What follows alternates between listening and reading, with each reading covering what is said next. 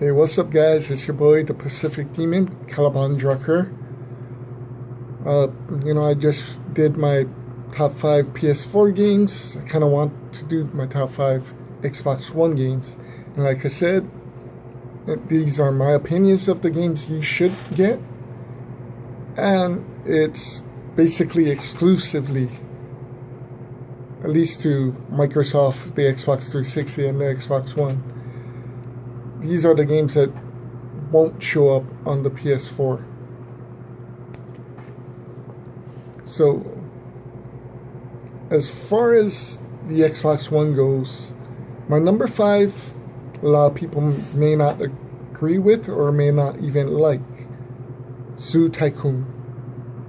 Love the PC game. The Xbox One version is more Zoo Tycoon 2. It's cute. It's just something to build a zoo. You get to watch the animals, It's definitely, if you have kids, it's something to keep in mind. It's definitely a learning tool. 4. Dead Rising 3. Capcom did an amazing work on it. World is open world, but it's not that big. If you love zombie games, definitely a must-have. The add-on to it is even better. My number 3 game, something that was a must-have for day one, done by Crytek. Unfortunately, we're not really sure how that company's going to be going. They're doing Homefront. They did a lot of great game, Crises. But my number 3 is Rise, Son of Rome. If you haven't seen this game, for the next gen systems, both PS4 and Xbox One, this is the most beautiful game ever that you ever see right now. It's basically a hack and slash, talking about Rome and how the fall of Rome. Story was short, but was really good. I was looking forward to Rise 2, but like I said, Crytek's going through some changes. That was cancelled. Hopefully, maybe sometime in the future. We can just hope.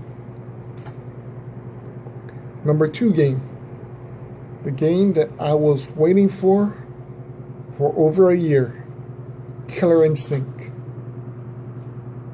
If I'm a big fan of fighting games. Loved them all. Played most of everything that came out. Almost. Killer Instinct was always one of my favorites. Just because it was different. It was a bit clunky and slow for the original. But to pull off combos that big with simple pushes of buttons. Now the Xbox One was remade.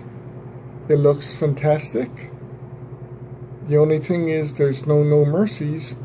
But with Season 2, we have to wait and see what else comes. Number 1 game. Come on, guys. It's not that difficult. Titanfall. Like I said, it may not beat Call of Duty and Battlefield,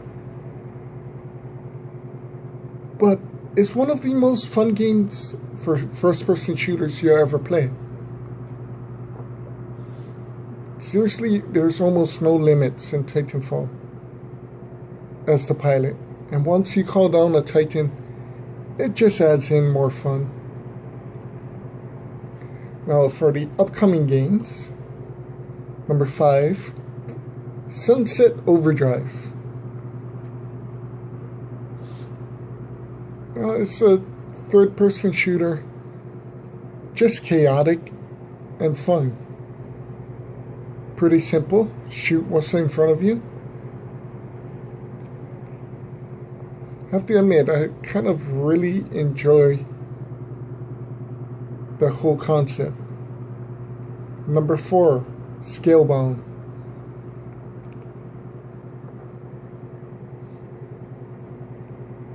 We just saw the trailer at E3. Not much is known for it, but I have to admit, I'm kind of hooked. I mean, to control a dragon, yeah, it's been done before, but gameplay looks more like Devil May Cry, so it's gonna be a simple hack and slash. And to have a partner that's a dragon, it's just gonna be pure entertainment and fun. Number 3, Fable Legends. Loved the first 2 games. 3 was alright. This is totally redone for Fable. I'm keeping my mind open on this one. It looks fun. You can pick between 1 to 4 of the 4 characters. Play with your friends online, or you can play the villain. I kind of want to see how this turns out. Number 2, Quantum Break. If you have not heard or seen this game, it is an Xbox exclusive, and it looks epic. You control a character that can control time, and the campaign looks pretty much like a Call of Duty campaign. The gameplay itself looks more like Splinter Cell. And you can control time. I can't see a lose in any of this. Number 1, Halo 5, Halo Guardians, whatever you want to call it. With the release of the Master Chief Collection this year, next year, Halo 5, come on. Halo's always been epic on Xbox.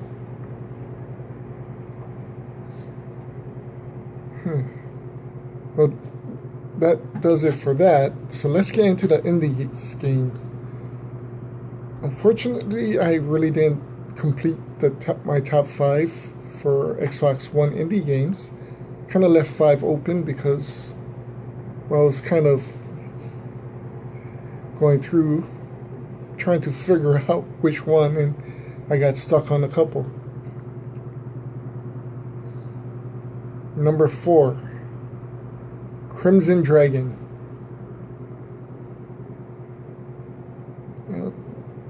Back in the old Sega Saturn days, there was a game called Panzer Dragon. Pretty similar. So if you guys liked Panzer, check out Crimson. It's definitely a pretty cool concept. Number 3, Zombie Driver. You're put into a car,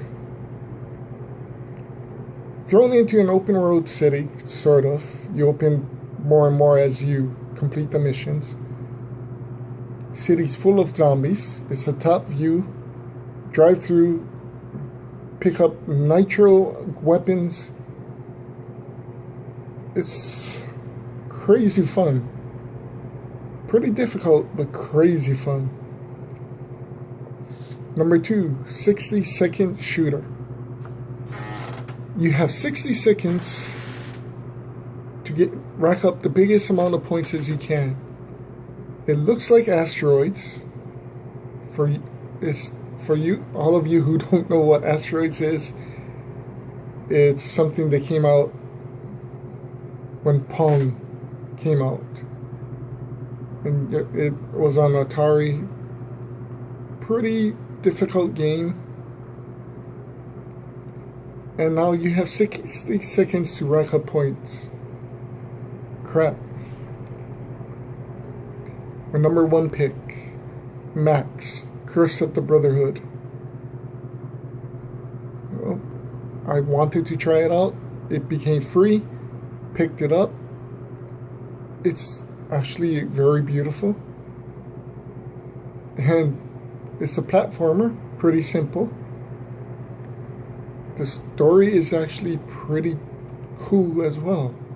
Well, your brother gets kidnapped because you wished him away.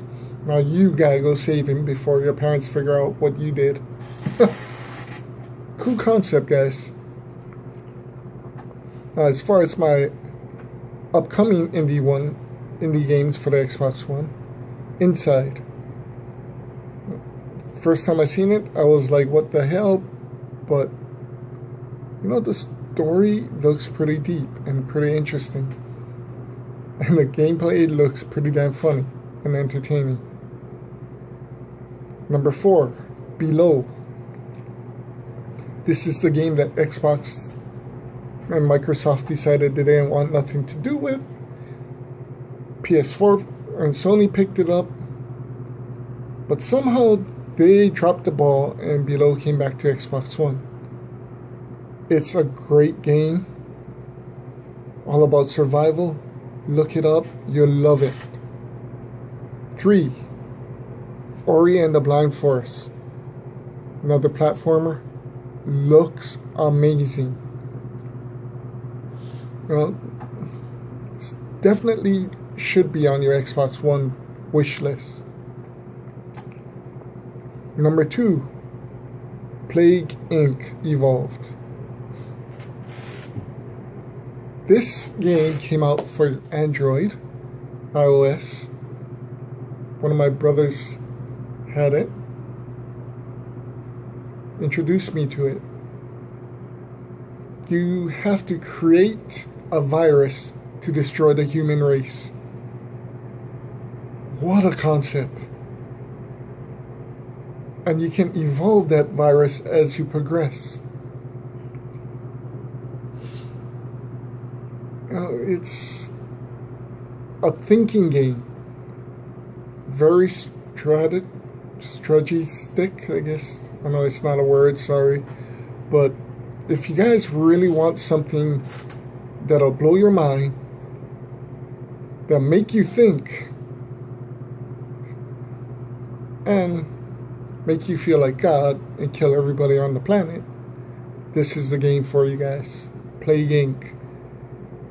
Can't wait for this baby to come out. Number 1 choice. Not a lot of people have heard of it. I heard it's coming out in Japan. Xbox had it on its magazine. Hopefully it comes out here in America. Chroma Squad. Basically, if you're fans of Power Rangers, Super Sentai, whatever, the whole concept is it's a strategy game, chess, move certain amount of blocks. But here's the thing, you have to create a team of 5 individuals. They don't have to be human, but they transform into what looks pretty similar to what the Power Rangers look like. From what I've seen, they actually have all of the Power Rangers outfits. And you make them out of materials like cardboard, yarn, whatnot. And then there's the enemies, of course, they look like Power Rangers characters as well. Here's the thing though, you're not really fighting them, but you are.